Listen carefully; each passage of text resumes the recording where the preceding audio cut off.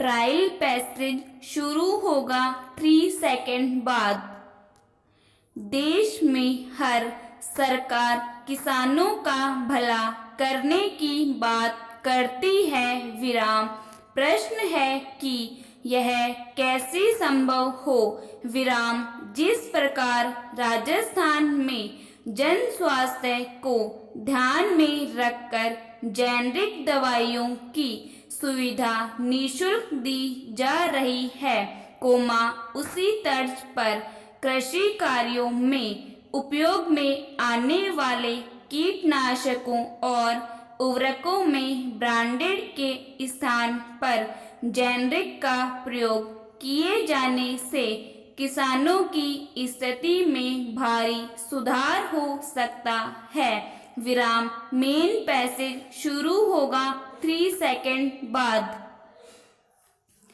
Paralympic प्रतियोगिताएं पूर्ण होते ही हमारे पास अब गर्व करने के लिए 2 तालिकाएं हैं विराम।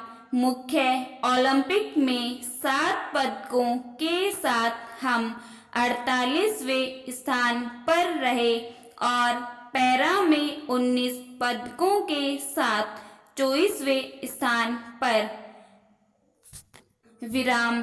प्रसन्नता की बात है कि दोनों जगह हमने पहले से बेहतर प्रदर्शन किया विराम। पैरालंपिक प्रतियोगिताएं हमें कठिनाइयों विपरीत परिस्थितियों में अकूत संघर्ष के साथ श्रेष्ठ सिद्ध होने का अवसर देती हैं विराम। ये मानव प्रजाति की अकूत क्षमताओं से साक्षात्कार कराती हैं विराम। इसका ध्येय वाक्य है यूनाइटेड फॉर इमोशंस, जो खेलकूद जैसी शारीरिक श्रेष्ठता के आयोजन में भावनात्मक जुड़ाव की बात करते हुए चकित से अधिक आश्वस्त करता है विराम। अधिकतर लोगों का ध्यान पिछले सालों की पैरालंपिक प्रतियोगिताओं पर नहीं गया था विराम।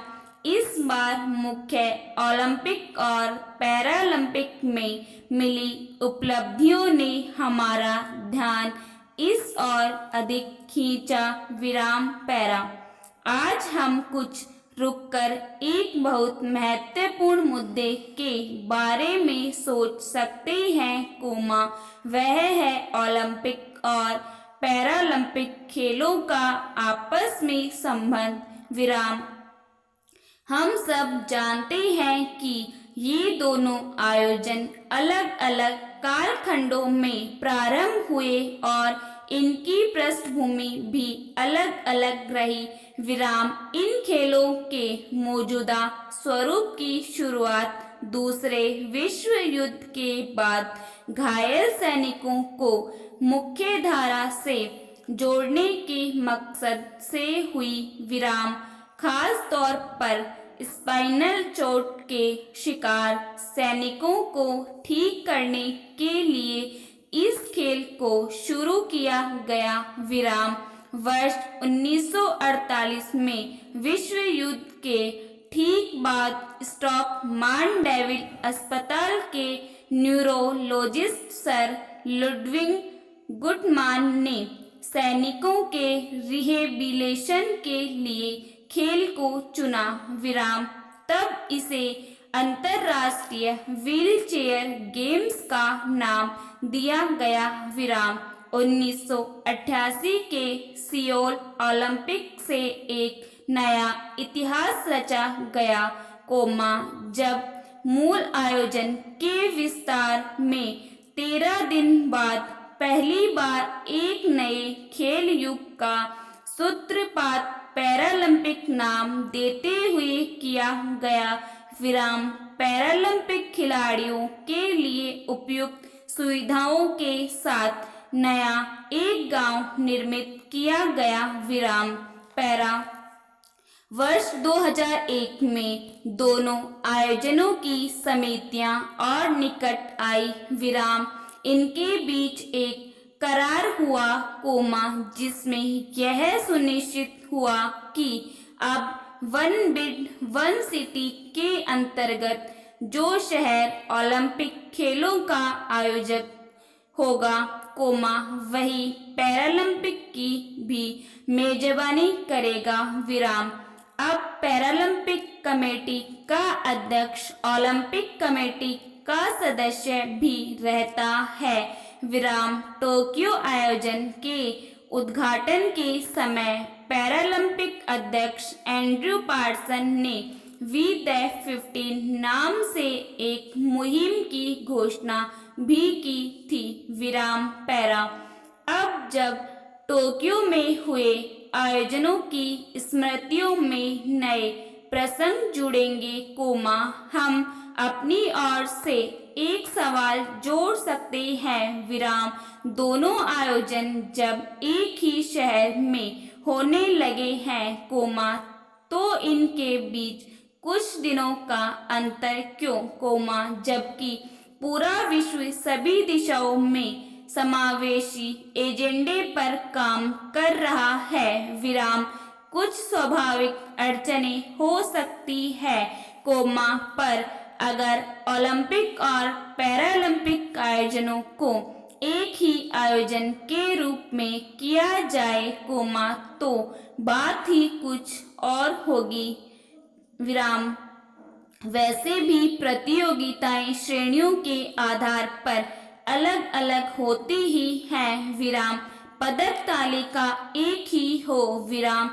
काश 2024 के पेरिस ओलंपिक से ही हमारी यह अरदास मान ली जाए। पैरा खिलाड़ी साथ रहेंगे, एक दूसरे के संघर्ष और उपलब्धियों को निकट से देखेंगे। आपस में मिलेंगे, तो भाईचारे के साथ आत्मविश्वास भी बढ़ेगा। सबसे बड़ी बात, ईश्वर को भी अपनी कृतियों पर गर्व होगा और निर्माण त्रुटि या दुर्घटनाओं से उपजी खोट का उसका पछतावा कम होगा। तब शायद हम इंसानों को भी बार बार युद्ध में जुटने की अपनी भूलों पर कुछ शर्म आए।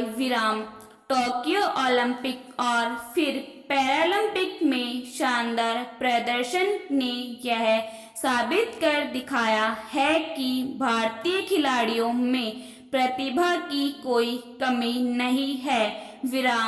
यदि कमी है, तो सरकार की इच्छा शक्ति की। जहां तक राजस्थान की बात है, अंतर्राष्ट्रीय स्तर के खिलाड़ियों को तैयार करने की अपार संभावनाएं हैं। शेखावाटी इलाके में अच्छे एथलीट उपलब्ध हो सकते हैं। कृष्णा पुनिया ने इस बात को साबित भी किया है। इसी तरह भरतपुर, टोंक आदि जिलों के युवा अखाड़ों में दमखम दिखाने वाले होते हैं। यहाँ के लोगों का पहलवानी की तरफ झुकाव देखा गया है। बीकानेर जिला निशानेबाजी के लिहाज से बेहतर माना जाता है। ओलंपिक में सिल्वर पदक विजेता कर्नल राज्यवर्धन सिंह मूल रूप से बीकानेर के हैं। बीकानेर के पूर्व महाराजा करणी सिंह भी निशानेबाजी में अपना लोहा मनवा चुके हैं। टोक्यो ओलंपिक में भाग लेकर लौटी अपूर्वी चंदेला भी बीकानेर की भांजी है। मेवाड़ के आदिवासियों की तीरंदाजी विरासत में मिली है। इस क्षेत्र में लिम्बाराम ने खूब नाम कमाया था। बीकानेर, जैसलमेर, बाड़मेर इलाकों के लोग अच्छी कद काठी के कारण प्रसिद्ध हैं। यहाँ बास्केटबॉल और वॉलीबॉल के बेहतरीन खिलाड़ी तैयार हो सकते हैं।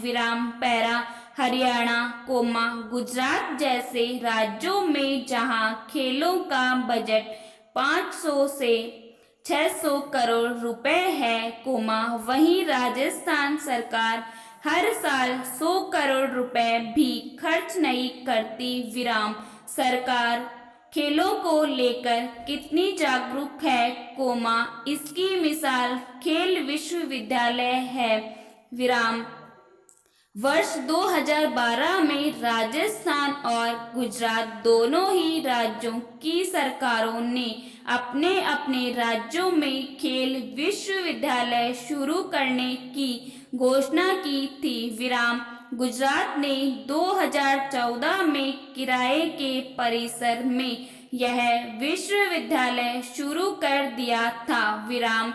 आज उसका खुद का परिसर एवं अन्य खेल मैदान वगैरह सब बनकर तैयार है, विराम। राजस्थान में यह विश्वविद्यालय कागजों से ही बाहर नहीं आ सका है, विराम। नतीजा यह है कि गुजरात की रैंकिंग राष्ट्रीय खेलों में तेजी से सुधरी है, जबकि हम छोटे छोटे राज्यों से भी पिछड़े हुए हैं, विराम।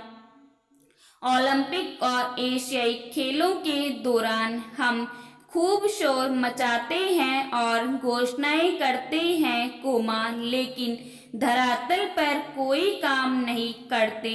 सरकार को चाहिए कि अन्य राज्यों की तरह खेलों का बजट बढ़ाए, विराम। साथ ही खेलों को लेकर सकारात्मक माहौल भी बनाए ताकि हमारी प्रतिभा दुनिया के सामने आ सके, सरकार के पास बुआई के आंकड़े होते हैं, विराम। उनसे समय रहते सांख्यिकी विश्लेषण कर कीटनाशकों, उर्वरकों, खाद और बीज की आवश्यकता का अनुमान लगाया जा सकता है, विराम। यह जेनेरिक उत्पादन बहुत कम लागत का होगा तथा इनकी पूर्ति की व्यवस्था कम मूल्य पर किसानों को कृषि उपज मंडियों के माध्यम से तथा सरकारी संस्थाओं के माध्यम से की जा सकती है, विराम। सरकारें यदि यह कदम उठाए तो किसान की आर्थिक स्थिति में स्वतः सुधार होना प्रारंभ हो जाएगा, विराम।